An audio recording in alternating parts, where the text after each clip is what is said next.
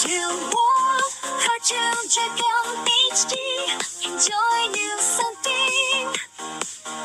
Ah. অনেক দিন আগের কথা। বাংলাদেশের এক প্রত্যন্ত গ্রামে বাস করতেন রমেশ নামে এক গরিব চাষি। ছোট একটি কুঁড়েঘরে স্ত্রী আর 2 সন্তানকে নিয়ে তার সংসার। জমি ছিল খুব সামান্য, শুধু 1 বিঘা। সেই জমিতে চাষ করে কোনো রকমের সংসার চলত। রমেশের জীবন ছিল সংগ্রামে ভরা। কখনো খরা, কখনো অতিবৃষ্টি, আবার কখনো পোকামাকড়ের আক্রমণে তার ফসল নষ্ট হয়ে যেত। প্রতিবছরই কোনো না কোনো বিপদ তাকে ছুঁয়ে যেত। তবুও সে হতাশ হতো না। মাটি আর কৃষিকাজের প্রতি ছিল তার গভীর ভালোবাসা। প্রতিদিন ভোরবেলা উঠে সে নিজের জমিতে কাজ করত।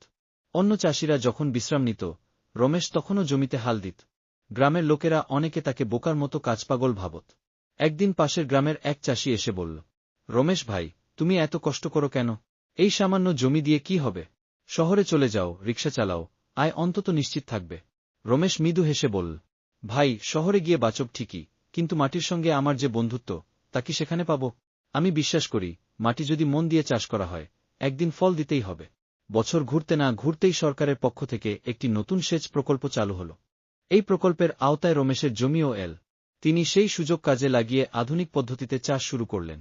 সার, বীজ, পানির সঠিক ব্যবহার করতে শিখলেন কৃষি অফিসারের কাছ থেকে। জমিতে এবার ফলল প্রচুর ধান।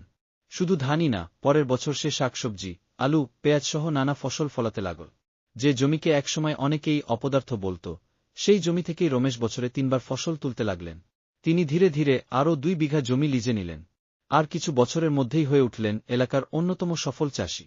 যারা আগে তাকে উপহাস করত, তারাই এখন এসে পরামর্শ নেয় কিভাবে আধুনিক পদ্ধতিতে চাষ করলে লাভ বেশি হয়। রমেশ এখন শুধু একজন চাষী নন, বরং গ্রামের তরুণদের কাছে এক প্রেরণা।